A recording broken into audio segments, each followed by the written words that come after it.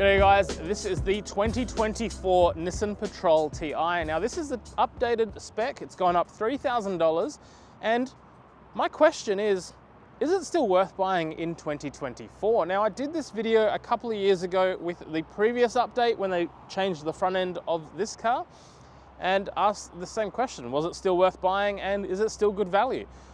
There's 9 new features at a cost of $3,000 additional dollars, and some of them I really like, some of them they could have done a little bit better for what they had behind them, but I'll let you be the judge of that. Let's have a look, and let's start with the front. We'll cover off a couple of key technical things as a refresher.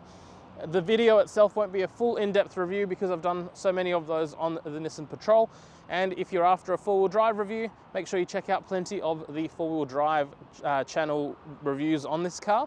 This review is very much focused on what's changed on this car and should you be buying one in 2024. So let me open the bonnet and let's start there. Now, under the bonnet is what is still a V8 engine in Australia, and the reason I say that is most of its competitors have gone away from big V8s. The only remaining four-wheel drives that are big, large and fun that are still V8s are only the American trucks or utes. So things like the Silverado, the Ram, and some of the other smaller imports like the GMC Denali, like they're all V8 engines.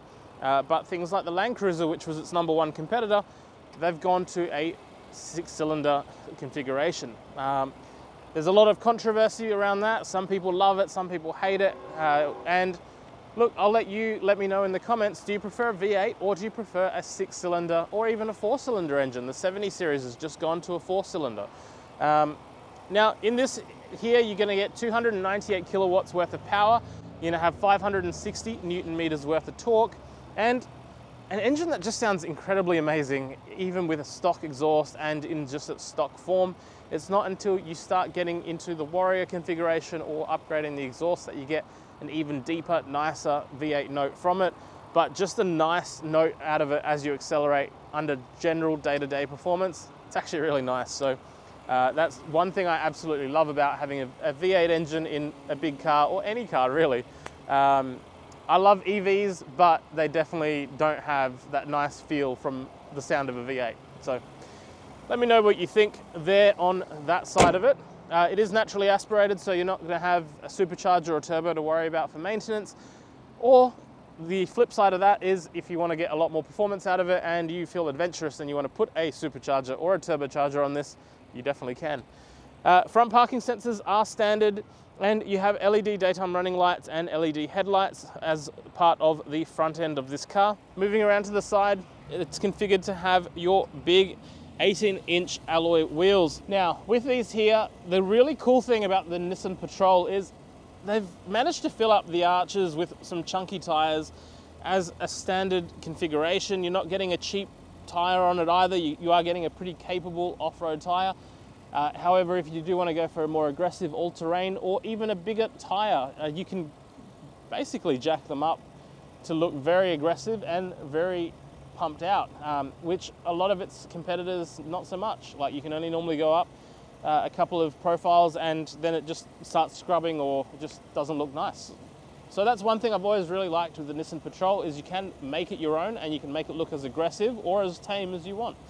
In its natural form, it has plenty of clearance, and it also has a pretty aggressive stance to it. So again, just a really well-designed car. Moving around to the side, you will have your side steps. You still have these chrome handles that, if I'm being all honest, they do feel a little bit cheap and flimsy. The button here to unlock and lock the car, it's a little bit less seamless than the Land Cruiser competitor, but this car is also substantially cheaper than its competitor. In terms of the height, it is just under 1.9 meters, and you can fit it with a range of accessories, roof rails, racks, platforms. So it has got plenty for you to be able to customize it. Moving around to the back, you are going to have the reverse parking sensors as standard. And this tailgate is actually manual, not electronic, which is fantastic because you can open and close it really quickly. You don't have to press it there and stand at the beach waiting for this thing to flip up and close back down. Inside here, you've got a little bit of storage and compartments, plus then you have your seats right down the back there. with these seats once they are up. You have plenty of space behind the seats, so much so that if you wanted to actually have, let's say, a large suitcase or maybe a smaller, more modest pram, you could have it in here, but plenty of space here behind these seats with those seats up. So you can have 3 rows of people comfortably seated throughout the car, and headroom is not going to be really all that much of a problem. I'm sitting in a spot where you shouldn't even be sitting, and I got decent, reasonable headroom. So let's have a look at the front of the car. Now, moving into the inside, this little leather / crumpled design through here, it's nice, but it kind of reminds me of some old school furniture, if I'm being really favorable to it, or it just looks like it's already started to wear and come apart. Obviously it hasn't, because that is how they're designed, and this interior actually does hold up quite well in Australian conditions, so there's not too much to criticize throughout the material choices. It's just more so the visual side of things. Wood grain is a bit divisive. I personally don't mind it, but I don't like it either. Like, it's just, if it was part of the car, I would have it and I would just deal with it. But there are a lot of people that the first thing that they do is find a way to cover that up. So as part of this update, I was quite surprised that Nissan didn't change that out and actually just do a blanked out black or, kind of grey piece. It would have made a lot more sense. And I think it would have made this car look a lot more modern on the interior. Outside of that, soft touch materials the whole way throughout the top here, and a chrome handle to get in and out of the car. Now the bottom pocket, a couple of things. You can fit a bottle down there, but this plastic bit is a little bit shallow, so stuff does kind of just bounce out a little bit. So you just have to be mindful of what you put in here, but it is perfect for things like your AirPods, your wallet, whatever else you want to have, maybe your phone. You can have that all stored there and it's not going to be an issue. Now, moving to the inside, the steering wheel and the setup, pretty easy, pretty comfortable. Cruise control where it needs to be, volume controls on the left-hand side where they need to be, and you have your Bluetooth controls all through here. The one thing to note is the Bluetooth system in this upgrade isn't the best, particularly when it starts raining. Because the lack of insulation in the roof compared to the Land Cruiser competitor and many other cars in the market in this space, I've had several phone calls where it started to rain and people have gone, look, call me back, or can you put me on, AirPods, or just even on the phone's normal speaker, because it sounded better than just hearing the rain hit the top of this car. So it is just one of those things that such a big car and such an empty space. However, it's the one time that I've noticed that there is a lack of insulation in the roof compared to Land Cruisers and other makes and models.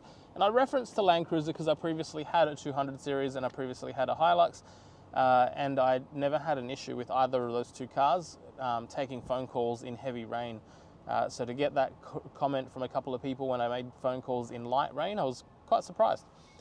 Now, back to the car. The adjustment here is still only tilt, but you do get a second lever that will do your reach. So you just need to make sure that you don't mistakenly only adjust the tilt thinking you don't have another adjustment for the reach. They're just two separate levers. So the tilt is directly under the center of the steering wheel, and on the left-hand side next to the steering wheel column, that's where you're going to have your reach adjustment. Seating position and everything is pretty comfortable. Aircon vents are in nice positions. The one thing that I will say that is a bit of a criticism on the seat design, no matter how long I've had a Patrol, I still can't get comfortable in the seat. It feels like it has a raised middle section, but it's kind of in between where your kind of outer thighs are, so it's not really a comfortable raised inner section. And then the sides are just flat, and then they kind of, like a dipped off because of that raised middle. The seat itself is quite flat. I would be curious to know, as people that have a Patrol, does this go away once you bed the seat in by sitting in it for extended periods of time? And is it just a matter of getting used to the seat, or do you find that the seat just has that quirk where you can't really get 100% comfortable? Let me know, because seats are very personal. Like, for some people, they might love this seat, and for me, it's just something I've picked up on. So don't take it as criticism on the car, it's just my observation. Adjustments here, backwards and forwards, and the tilt adjustment on the seat controls, plus the lumbar support is down here. And one thing I will say with the seat as well is the reason I'm pointing this out is I jumped straight into a Nissan X-Trail directly after this car, and it was incredibly different in terms of the comfort of that seat. So that is why I'm pointing this out, and I would like you to let me know. The dash is analog, and it has a black and whitish display in the center there as a multi-information display. Very, very 2000s in its design, and that is one thing that potentially might put buyers off in just, they could have updated that to a color display in the center and it would have looked a little bit nicer. Now come around to the middle, because the middle is where a lot of the changes have come through out of those 9 changes I mentioned earlier, and I'm curious to see if you like them just as much as other people will. All right, so moving into the middle here, you've got a few changes. Change number 1, the wireless charging area. So that now slots in there and it will charge your device. You can't close the lid, however, unless you had a very tiny phone, but it holds it nicely and securely, and it will get it charging. So that's the biggest change for the wireless charging pad. You now have the inclusion of a USB-A and a USB-C outlet at the front here, so that's change number 2.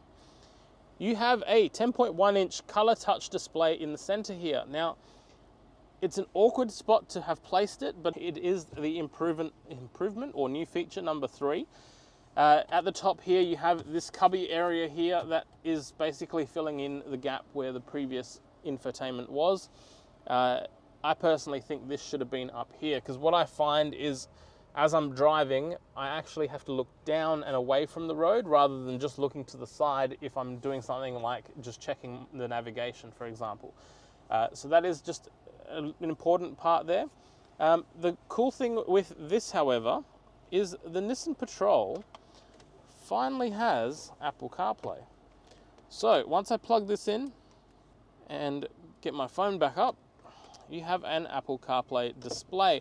Now, from my side of things, the reason I use a wired connection is it's just much simpler, it's much easier, and I jump between cars all the time.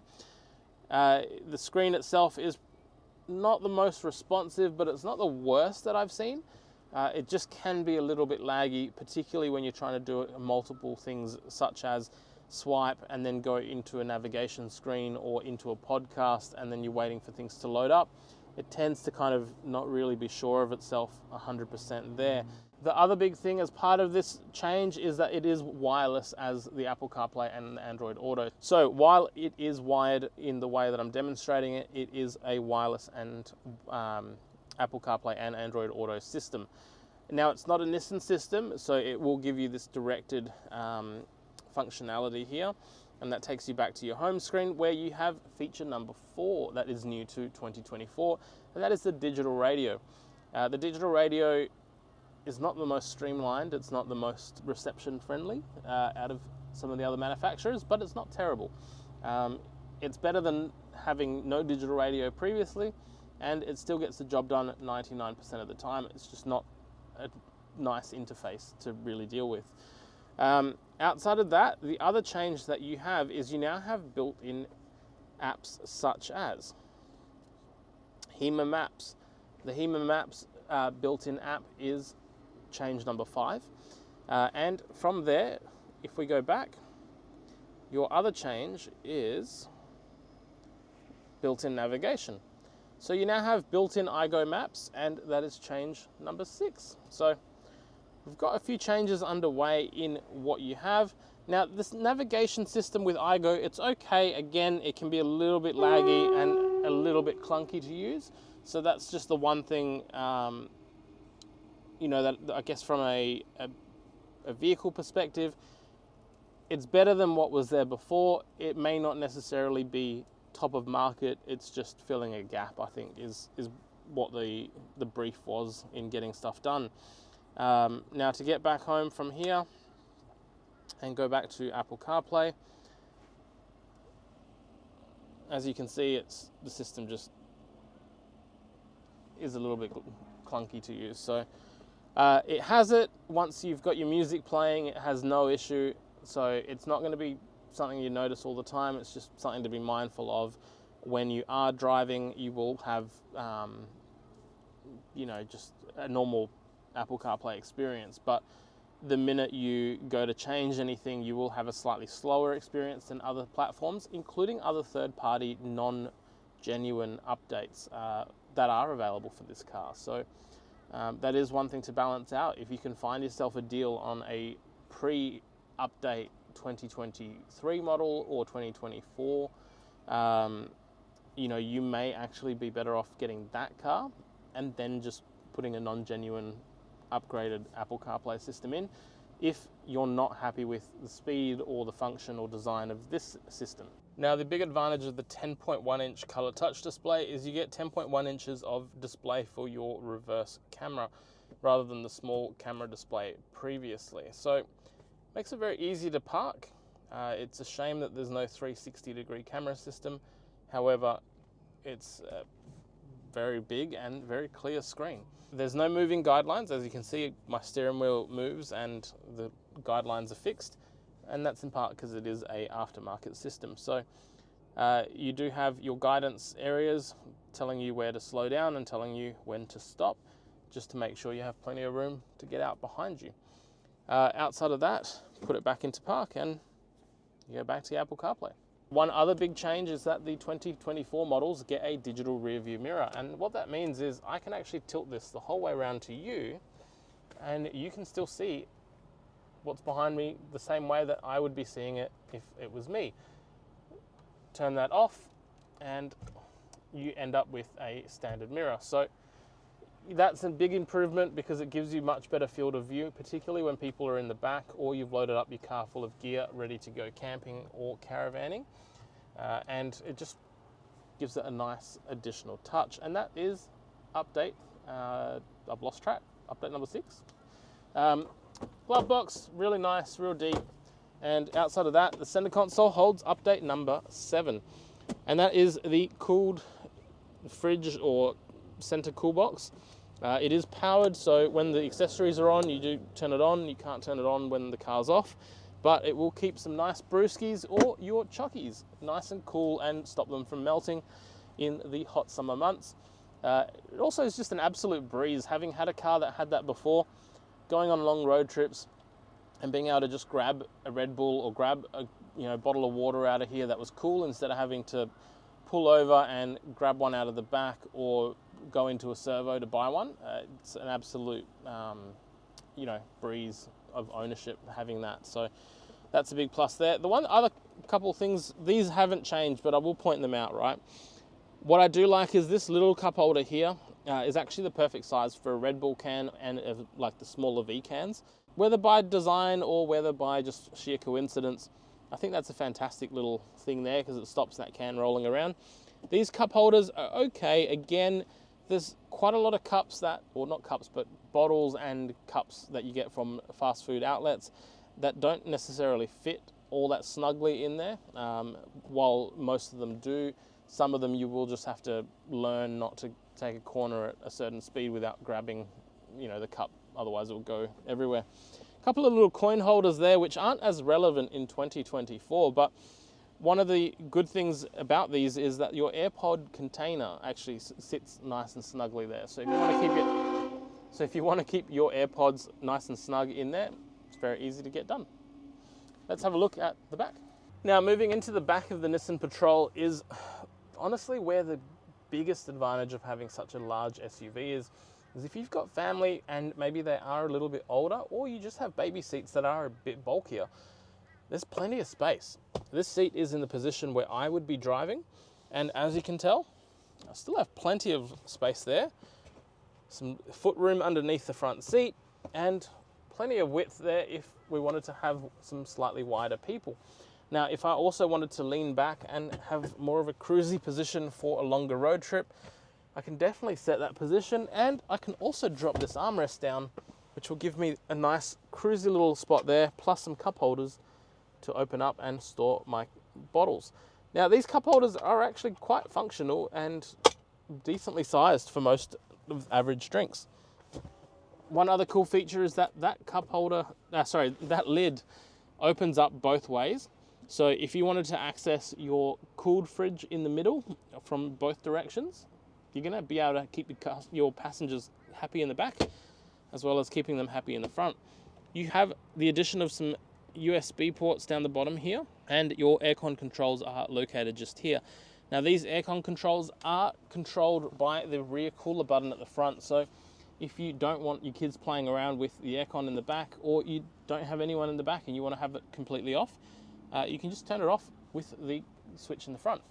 Aircon vents are directly above the outer seats as well, so you will have plenty of ventilation flowing around the car. And more importantly, let's have a look at what you get in the back. Oh, before I forget, 2 ISOFIX points, one on either side of the outer sides of this Nissan Patrol, giving you plenty of space and plenty of room for activities. Now moving into the back of the Patrol for the 3rd row. Snug is one way to term it.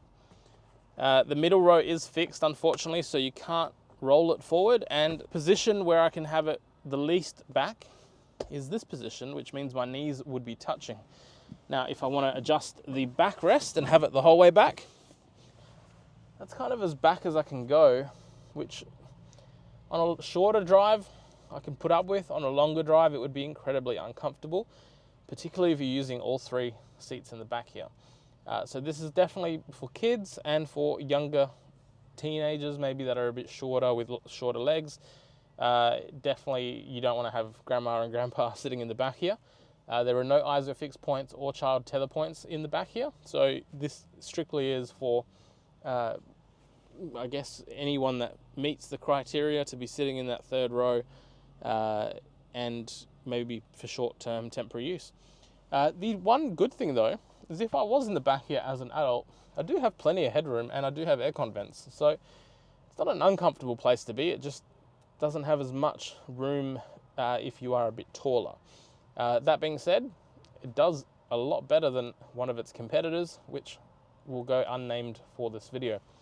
Cup holders on both sides down here. Make sure that you're going to have plenty of refreshments in the back for the 3 passengers. And outside of that, it's not terrible. It's just what you would expect from a 3rd row seat in a big, large SUV.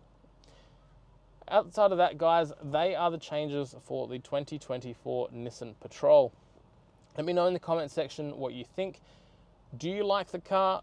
Would you buy one? Do you think it's still worth the value for money that it used to be back in the in 2020, I should say, or even when it was launched, in kind of the mid-2010s?